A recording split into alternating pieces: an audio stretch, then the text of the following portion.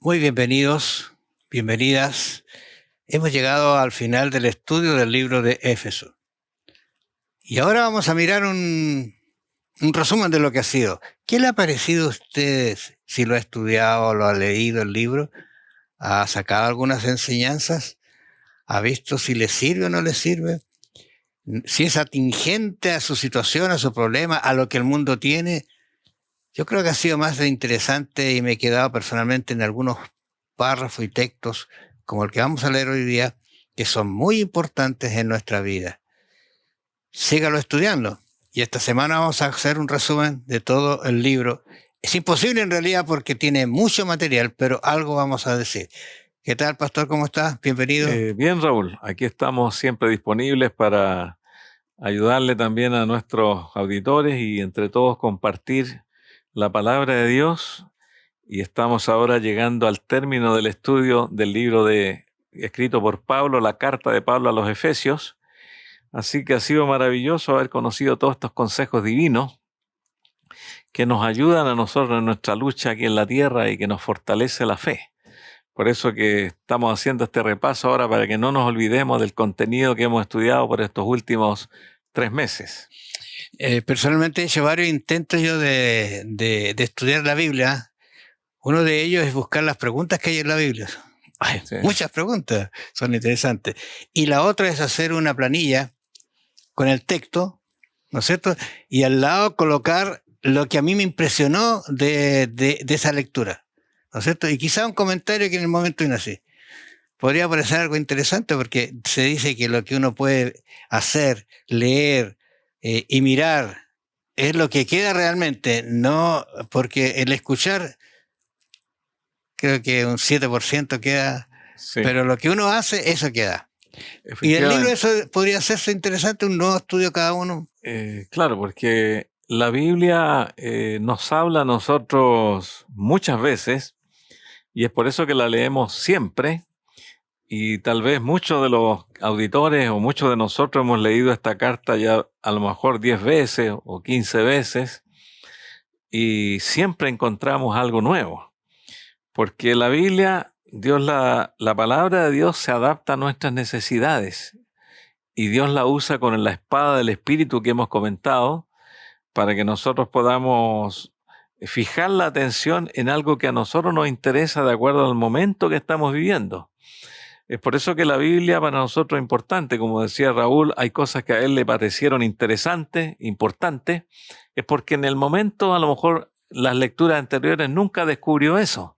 Pero ahora justo le llegó esa palabra divina que le va a fortalecer en su fe en Jesucristo. Imagínate aquí este texto que está ahí en Efesios 2, 8 y 9 quizás, donde dice, porque por gracia sois salvos.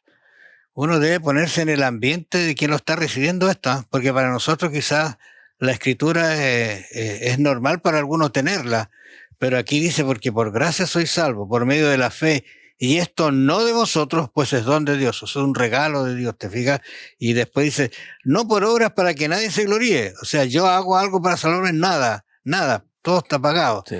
Las obras son el resultado de mi gratitud a Dios. Pero luego dice, pues somos hechuras suyas, creados en Cristo Jesús para buenas obras, las cuales Dios preparó de antemano para que anduviésemos en ellas. Como yo decía, y quizás esto me ha complicado para algunos, porque a veces siempre hay gente complicada. Bueno, pero si no tenemos que hacer obras y Dios nos creó para hacer buenas obras, ¿cómo es eso? Bueno, a mí me gusta mucho este texto porque a nosotros los seres humanos en general no nos gusta recibir las cosas gratis. Hay que pagar algo. Y siempre la mayor parte de los cristianos de la historia siempre han querido añadirle el esfuerzo humano y algo para ganarse el cielo, algo para agradar a Dios. Y aquí nos muestra que el sacrificio de Cristo fue completo, fue perfecto, no le faltó nada. Es un sacrificio suficiente que si uno le agrega algo, lo echa a perder, porque el don de Dios es completo.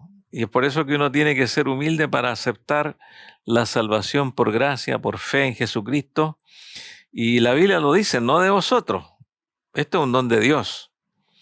Y Dios quiere que nosotros aceptemos ese regalo por la fe. No tenemos mérito, ni hoy ni mañana lo vamos a tener. Pero también nos dice que somos hechura suya, ahí es donde está la contradicción que mencionaba Raúl. ¿Por qué? Y que está en la Biblia. Después que nosotros aceptamos a Jesús, Dios nos transforma. Nos empieza a crear, nos cambia la vida, el carácter, nos cambia la personalidad. Incluso hay muchas cosas que van cambiando y siendo transformadas y pasamos a ser cristianos guiados por el Espíritu Santo, hechura suya, para buenas obras. Pero estas obras las hacemos como algo natural y que no se cuentan en la salvación. O sea, yo no le puedo decir al Señor, llevo 40 años haciendo buenas obras, así que algo me tiene que servir para salvarme. No, Dios le dice, esa obra está bien, tú la hiciste porque te estás pareciendo a Cristo y vas a ser un ciudadano del cielo. No tienen mérito en sí misma. No, es como la idoneidad para el cielo, pero Cristo nos da el derecho al cielo, que es distinto. Fíjate que el capítulo 1 habla de alabanza, porque Pablo se presenta, interesante porque Pablo se presenta y dice Pablo apóstol, ¿eh? Sí. Apóstol de Jesucristo, y Pablo no fue apóstol, pero sí fue nombrado apóstol por Jesucristo mismo.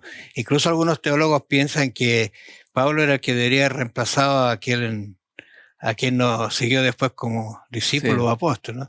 Bueno, pero ese es otro tema. Pero en el capítulo 1 se habla de la acción de gracia que Dios da a la iglesia, y también de la alabanza que tiene que tener el ser humano a Dios. Y ahora, y de hecho, estoy pensando que este capítulo se introduce de una manera muy hermosa para decir que nosotros no podemos estar tranquilos si no damos alabanza a Dios. Y la alabanza puede ser canto, oración, un testimonio, ¿no es cierto? Sí. Varias cosas que van dentro de la vida. Claro que nos menciona el capítulo 1 quiénes somos para Dios nosotros, desde que nos llamó. Según nos escogió, dice, nos predestinó, tenemos redención, nos dio a conocer el misterio de la salvación, tuvimos herencia y nos dio el Espíritu Santo. O sea, perdón de pecado. Son acciones divinas, claro, justamente. O sea, ¿habrá razón entonces para no agradecer? Y lógicamente el agradecimiento trae como resultado hacer algo, porque si yo agradezco, hoy fue tan bueno conmigo, ¿por qué no lo comparto? Sí. ¿Por qué no le digo, mira, si tú puedes también de alguna manera recibir la bendición mía, clama a Dios? Yo no sé si Él tiene una respuesta para ti, quizás puede ser diferente. Ahora, este concepto aquí de redención, de perdón de pecado, según las riquezas de su gracia, o sea, ¿cuál es el límite entonces? No hay límite. No hay límite. Dios es grande. No hay ningún límite. Usa palabras grandes como supereminente grandeza. Él dice, en Él asimismo tuvimos herencia. Sí. Es otro concepto que es hermosísimo porque no merecíamos la herencia, estábamos despojados de esa, hemos salido de su reino. Él nos trae, nos llama, nos incorpora como hijos, como amigos, y nos da la capacidad de tener herencia. ¿Qué es lo que es una herencia? Es tener algo que quizás no lo merecemos, pero sí lo podemos disfrutar. Herencia en Cristo que tampoco sabemos la magnitud de esa herencia. No la tenemos. Sí, no sabemos el concepto tan completo que la Biblia nos presenta. Es bueno pensar en esto en realidad. Es bueno pensar en estas cosas lindas que Pablo presenta en este libro de Efesios. Sí.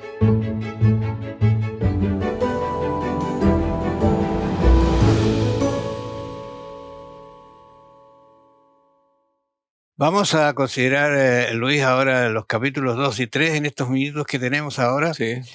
Son pocos, pero algo podemos decir, pero dejemos tarea a nuestros queridos oyentes y televidentes que están allí. Léase de vuelta el capítulo, vea qué hermoso tiene y qué trajo para usted alguna consolación, alguna salida. ¿Qué podríamos hablar del capítulo 2? ¿De qué trata? ¿De qué es lo que dice ese capítulo? Interesante el capítulo Bueno, 2. nos muestra en primer lugar el capítulo 2 del libro a los Efesios, de la carta a los Efesios. Nos muestra quiénes somos, cómo somos, de dónde venimos y nuestra incapacidad humana para salvarnos, que tenemos que recibir la salvación por gracia, porque Dios no tiene otra forma de salvarnos si no es por la fe. Porque es rico en misericordia, dice aquí, con el gran amor con que nos amó. Y eso es lo que nosotros debemos reconocer. Fíjate, interesante este capítulo porque, como tú dices, nos menciona, en resumen, que de dónde hemos venido, qué éramos. Sí. Porque cuando Pablo llegó por primera vez a Éfeso, se encontró con un mundo, pero yo creo que no se lo imaginó que era así Éfeso, en cuanto a la idolatría, apartado. ¿Se acuerdan lo que eran ustedes? Muy bien. Entonces ahora son diferentes ustedes. Pero ese diferente, Pablo le va a decir, eso es por gracia.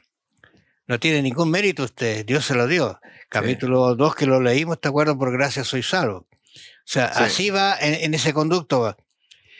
Pero hechos para que ustedes ahora hagan no las obras que hacían antes, porque esas son obras del enemigo, son obras de su mala vida, sino son obras diferentes.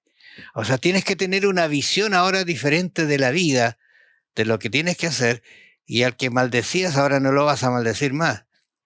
El que le robabas no le vas a robar más, estoy haciendo cosas muy específicas quizás, ¿no es cierto? Sí. Porque en realidad nosotros fuimos acercados por medio de Cristo. Fíjate que aquí en el 2, yo tengo algunas cosas subrayadas acá. Pero ahora en Cristo Jesús, vosotros que en otro tiempo estabais lejos, habéis sido hechos cercanos por la sangre de Cristo. ¿Qué te parece? Estás lejos. Claro, efectivamente. Y empezamos a formar la iglesia de Cristo. Claro. Porque antes éramos extranjeros, ahora somos conciudadanos. Formamos parte del cuerpo de Cristo, formamos parte del edificio del Señor. De la familia de Dios. De la familia de Dios. Eso es muy íntimo. Y en el capítulo 3, Pablo empieza a hablar de otras cosas muy profundas y muy altas que realmente nos muestran el poder de Dios, la grandeza de Dios, nos muestran características de nuestro Dios, cómo lleva el Evangelio, cómo este misterio del Evangelio se publicó y se dio a conocer. Y hay tantas otras bendiciones como, por ejemplo, que Cristo habite en nuestros corazones por la fe. O sea, el propósito del Evangelio es que Cristo esté en nosotros haciendo su obra y que habite en nuestros corazones por la fe en Él. Y ahora, interesante porque me recuerdo que conversamos acerca de que esto era un misterio para Pablo. Dijo, el misterio, él habla puntualmente, por esta causa yo, prisionero de Jesucristo, ¿no es cierto? Seguramente habéis oído de la administración de la gracia. Y él habla que efectivamente es un misterio del versículo 5, el cual en otras generaciones no se dio a conocer, o sea, es un privilegio grande que él está presentando y que también es para nosotros, que en otras no se dio a conocer a los hijos de los hombres, como ahora es revelado a sus santos apóstoles y profetas por el Espíritu. O sea, aquí está, tú recuerdas cuando uno habla de Juan, capítulo 14, y Dios les da el Espíritu Santo, dice que les va a entregar el Paracleto, el ayudador, el que va a estar con usted. Claro. ¿Qué cosa hicieron después ellos con el Espíritu Santo? O sea, fue el que les dio a conocer y le dio claridad de ese evangelio. Ahora, eso mismo tienen estos gentiles. Y cuando estamos hablando de gentiles, estamos hablando de personas que no tenían ninguna posibilidad de salvación, a no ser que acepten a Jesús y que se pongan el escudo como lo hemos estudiado. Sí, efectivamente, el Espíritu Santo que estuvo en Cristo, el Espíritu Santo que estuvo en los apóstoles y profetas de aquellos años, él les dio a conocer muchas cosas aparte de la predicación de Cristo, inclusive les explicó lo que Cristo predicó, porque Cristo estuvo 3 años y medio aquí en la tierra y dicen que lo que está escrito en los evangelios solamente uno lo puede escuchar en menos de 6 horas, 7 horas, todo, Claro. leerlo completo. y más o menos imaginarse lo que estaba haciendo. Pero podemos decir que todo lo que aparece en los evangelios podemos dedicarle un día de los que estuvo Cristo. Pero estuvo 3 años y medio, que son más o menos 1400 días. Eso significa que hay mucho que los apóstoles escucharon y que después lo entendieron por el Espíritu Santo y lo volvieron a enseñar. Y es por eso que el misterio de Cristo se fue revelando a los apóstoles. Ellos no lo entendieron, ni siquiera creían que Jesús era el Mesías. Fíjate que cuando uno lee el capítulo 14, y yo lo he estado estudiando, por eso lo tengo bien en mente, Sí. 14, dice que el Espíritu Santo os revelará y os enseñará. O sea, dos Sí. palabras aparecen allí como función del Espíritu Santo. No lo entendieron ellos en su momento, pero oiga, cuando ellos salieron a hacer su obra, como esta gente, yo creo, ¿cuántos de estos se vieron tan hermosamente cobijados, llenos de algo diferente, que no lo habían gozado? Lo compartieron también. Claro, y es eso lo que pasa con nosotros también, porque nosotros leemos la Biblia, escuchamos estos programas, vamos aprendiendo y vamos entrelazando los conceptos de la verdad, los conceptos del Evangelio y nos vamos enriqueciendo. Y ese es el propósito de Dios, que nosotros sigamos creciendo, uniendo los cabos de la verdad en nuestra mente para que no nos desviemos, como dice el capítulo 4 que vamos a leer también. Así es que me llama mucho la atención este texto, el versículo 20 del capítulo 3, que dice: aquel que es poderoso para hacer todas las cosas mucho más abundantemente de lo que pedimos o entendemos. O sea, Dios está dispuesto a dar mucho más de lo que entendemos y de lo que pedimos incluso. Pablo una vez dijo: yo no me avergüenzo del Evangelio. Uno dice, bueno, es una linda frase, pero cuidado que él tenía mucho de qué avergonzarse de lo que hizo, ¿no? De lo anterior. De lo anterior se subía. Pero él dice, fíjate en el versículo 8, 3:8, él dice: a mí, que soy menos que el más pequeño de todos los santos. O sea, más pequeño que usted incluso, ¿no es cierto? Pues ellos los consideraban santos. Dice: me fue dada esta gracia de anunciar entre los gentiles el evangelio de las insondables riquezas de Cristo. Sí. Si él lo podía, ellos también lo podían hacer. Amén. Interesante Sí. eso. Y yo creo que es un desafío para nosotros, que somos la iglesia del Dios vivo en realidad. Ha depositado Dios tanta confianza, ha depositado toda la, como dijéramos, la propagación del evangelio en nosotros. Sí. ¿Cuánto lo podría hacer un ángel? ¿En cuánto rato podría predicar un ángel? Todo, y se acabaría todo, pero está el cometido para nosotros, porque el cometido lo predicamos y adquirimos una experiencia que necesitamos tener para ir al cielo. Es la experiencia de compartir el evangelio.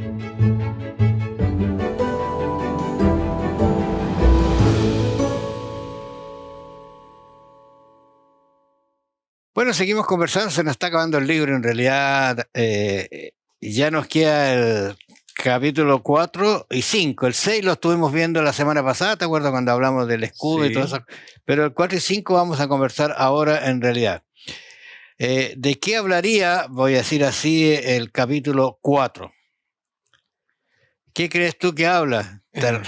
Bueno, en realidad es tanto lo que abarcó Pablo en estos 6 capítulos, pero me llama también la atención el deseo de Pablo de unificar la iglesia en la verdad, en el espíritu, en la fe, en la estatura de Cristo, en lo que significa el conocimiento del evangelio de manera más perfecta, hasta que todos lleguemos a la medida de la estatura de la plenitud de Cristo. Y eso significa que la persona que llega a la estatura de Cristo tiene que seguir las pisadas de Cristo, y eso demuestra que hay una transformación, una nueva vida, y tiene que haber un cambio en la vida, en el carácter, en las actitudes, en todo. O sea, el cristiano que está con Cristo es una persona diferente, una persona distinta. No porque él quiera ser distinto, sino porque está Cristo actuando con el Espíritu Santo en él. Mira, estoy pensando en estos conceptos de la epístola esta que es universal, porque aquí está hablándole a una iglesia. No está hablándole solo a Éfeso, le está hablando a todo el que llegue al conocimiento acá de esta palabra. Es increíble cómo él dice, por ejemplo, mira, solícito en guardar, ¿qué? Porque aquí habla solícito en guardar la unidad del espíritu en el vínculo de la paz. O sea, no es una unidad que sea quizás forzada, no es una unidad que te impongan, no es una unidad que tienes que hacerlo porque estás aquí. No, en el vínculo de la paz. O sea, una paz que da el Señor es una paz diferente, que es una paz continua, no de intermitencias. Porque la paz de Cristo permanece aún en la dificultad y en la atrocidad de la vida que podamos pasar. Y él dice, un cuerpo y un espíritu como fuisteis también llamados a una misma esperanza de vuestra vocación. Esa es la iglesia que debería existir hoy día. ¿Y qué está haciendo Satanás? Los dardos están llegando a la iglesia y la está tratando de separar, porque sabe que en la debilidad, en la separación, la iglesia puede sucumbir, pero no va a sucumbir la iglesia. Claro, hoy día existe mucha reacción hasta negativa hacia la iglesia, hacia los líderes, y el apóstol debe llegar a explicar, así como tú decías que Dios le dio el don a él de predicarle a los gentiles, que era el más pequeño de todos. El Señor en la iglesia constituye apóstoles, profetas, pastores, evangelistas y maestros. A cada uno le da su don para que contribuya en la iglesia. Y esto no significa que los demás quedan de lado. Toda persona que es llamada por Dios, que es un cristiano, es una persona que Dios le ha dado un ministerio que es importante, es parte del cuerpo de Cristo, parte del edificio, y en la iglesia somos todos importantes, todos podemos hacer algo para el Evangelio. ¿Sabes tú que hay un texto que bien interesante aquí en capítulo 4, versículo 24 de Éfeso? Y hay que prestar atención a lo que está diciendo. Bueno, el 23 dice, renovados en el espíritu de vuestra mente. Esto tiene que cambiar, ya yo pienso diferente. Pero en el 24 dice, y vestidos del nuevo hombre, creado según Dios en la justicia, la santidad y la santidad de la verdad. Hay dos palabritas aquí. Una es esta palabra vestidos y la otra, mira, es creado. Si uno se queda con este texto, puede decir lo siguiente. Primero, vestidos. ¿Qué significa vestirse? ¿Te acuerdas cuando hablamos de la armadura? Si tú te vas a poner una armadura, no puedes tener otro trabajo. No puedes tener la tuya, voy a decir. Tiene que ser la armadura de Dios. Ahora, sí. Vestido, dice. ¿Vestido de qué? De un nuevo hombre. Ahora, este concepto yo lo encuentro maravilloso porque habla de creado. Y cuando yo digo creado, no estoy hablando de algo que saqué de aquí y puse acá. O la mejoría del hombre antiguo. O sea, tú pues, y hay personas que tienen una cosmovisión de la vida bastante saludable, pero no creen en Dios. No sé qué me capta. O sea, son buenos, hacen mucha obra a la gente, ayuda, no sé, pero no creen en Dios o no hacen las obras, no sé, las están haciendo para algo. Pero aquí dice que tienes que vestirte porque Dios ha creado a este nuevo hombre. O sea, eres diferente. Y de hecho, quien se bautiza, ¿no es cierto?, nace a una nueva vida. Y lo encuentro realmente maravilloso eso. Sí, efectivamente, Dios no mejora a las personas, Dios las transforma, las crea de nuevo. Buena esa frase, ¿no? Dios no mejora, sino sana o transforma o crea, que sería una palabra. Claro, y eso significa que la persona es un hombre nuevo. Y un hombre nuevo, como dice el apóstol, hay que darle lugar, porque el hombre antiguo ya quedó atrás, no hay que alimentarlo, hay que darle fuerza al nuevo. Ya fuimos creados, como dice aquí el texto, en justicia y santidad de la verdad, y debemos darle lugar a este nuevo hombre, porque tiene que desarrollarse. No significa que está completo, ni que está perfecto. Le falta crecer, como dice acá el texto, hasta que todos lleguemos a la unidad de la fe, dice, y dice luego, crezcamos en todo en aquel que es la cabeza. O sea, hay un crecimiento. Nacimos de nuevo, pero tenemos que seguir creciendo. Pablo nos insta en el capítulo 5 ya a ser receptores y dadores de la gracia, o sea, no quedarse con lo que tú has recibido. Y eso es muy importante. Sed pues, dice, imitadores de Dios como hijos amados, y andad en amor, como también Cristo nos amó y se entregó a sí mismo por nosotros, ofrenda y sacrificio a Dios en olor fragante. ¿Cómo parte ese capítulo, no? Interesante, porque yo sigo pensando en la gente que está escuchando esto. Pues se leyó en la carta, en la iglesia se leyó. Somos nosotros, dice, ¿qué? ¿Cómo dijiste? Repite esa frasecita que estoy pensando, a lo mejor. Somos imitadores de Dios, imitadores, como hijos amados. Fíjate, esto es lo que nosotros deberíamos hacer. Y debemos aceptarlo, que la meta que Dios nos ha puesto bastante grande, imitar a Dios, imitar a Cristo. La forma como Cristo vivió es la misma que Dios tiene, porque Jesús dijo, el que me ha visto a mí, ha visto al Padre. Y Jesús tenía un carácter, un estilo de vida, una forma de ser, que es nuestro modelo para todos. No cambie ese modelo, es tal como Jesús fue. Fíjate que el capítulo 5, que parte, como dijimos, imitadores de Dios como hijos amados, es un capítulo muy cruel, no sé si es la palabra. Voy a tomar otra palabra quizás muy vergonzoso por lo que dice. O sea, para que tú te enfrentes a lo que la vida te trae, a lo que está sucediendo hoy día, que a lo bueno le llaman malo, que a la sexualidad, ¿no es cierto?, ahora no importa con quién sea, esas atrocidades que están... Cuando yo leía, me acuerdo hace años atrás, el caso de Sodoma y Gomorra, sí. ¿Se dará o no se dará? Porque uno miraba el ambiente que estaba viviendo en esa época, estoy hablando de muchos años atrás, pero hoy día pareciera que estamos sobrepasando los límites.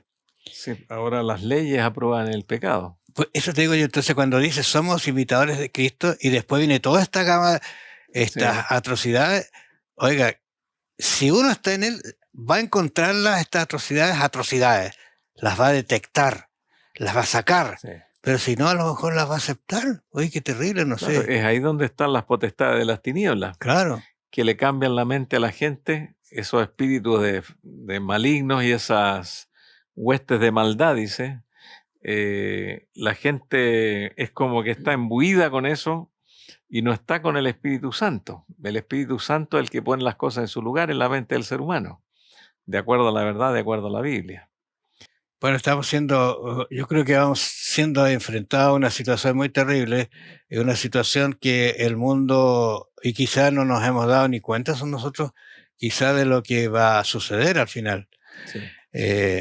Creo que Pablo ha sido muy claro en darnos algunas indicaciones en relación a nuestra forma de vida. Pablo nos ha dicho cómo debes portarte, qué debes tomar, qué debes vestirte, cómo debes comer, cómo debes andar, para tener un resultado de ser un cristiano que luego entre a la mansión del cielo. Te invito para que tú pienses en eso. Te invito para que tú revises nuevamente, quizás en forma personal, la lectura de este libro y apliques a tu vida muchos de estos conceptos que Pablo está vertiendo aquí. Si Dios nos permite, vamos a comenzar un nuevo estudio el próximo trimestre, los 3 últimos meses del año. Es un estudio que está basado en la misión de Dios. La misión es la razón de ser de algo. Ahora, hay una frase que a mí me gustó mucho: deja de hablar y empieza a hacer algo. Quizás ese va a ser el tema donde nos vamos a enfocar. Y van a haber algunas reflexiones muy importantes y herramientas para que no solamente miremos la vida, el Evangelio, sino actuemos de alguna manera. Y los jueves van a haber algunas cosas especiales y puntuales para que usted y yo practiquemos en nuestra vida como cristianos. Porque el mundo te necesita, como a Pablo necesitó de Jesús. Y Pablo también se fue y se entregó a los Efesios y le dio estas cartas lindas. Bueno, cositas lindas que vamos a aprender. Los vamos a invitar. Que el Señor los bendiga y los acompañe. Nos vamos a encontrar entonces. Bendiciones.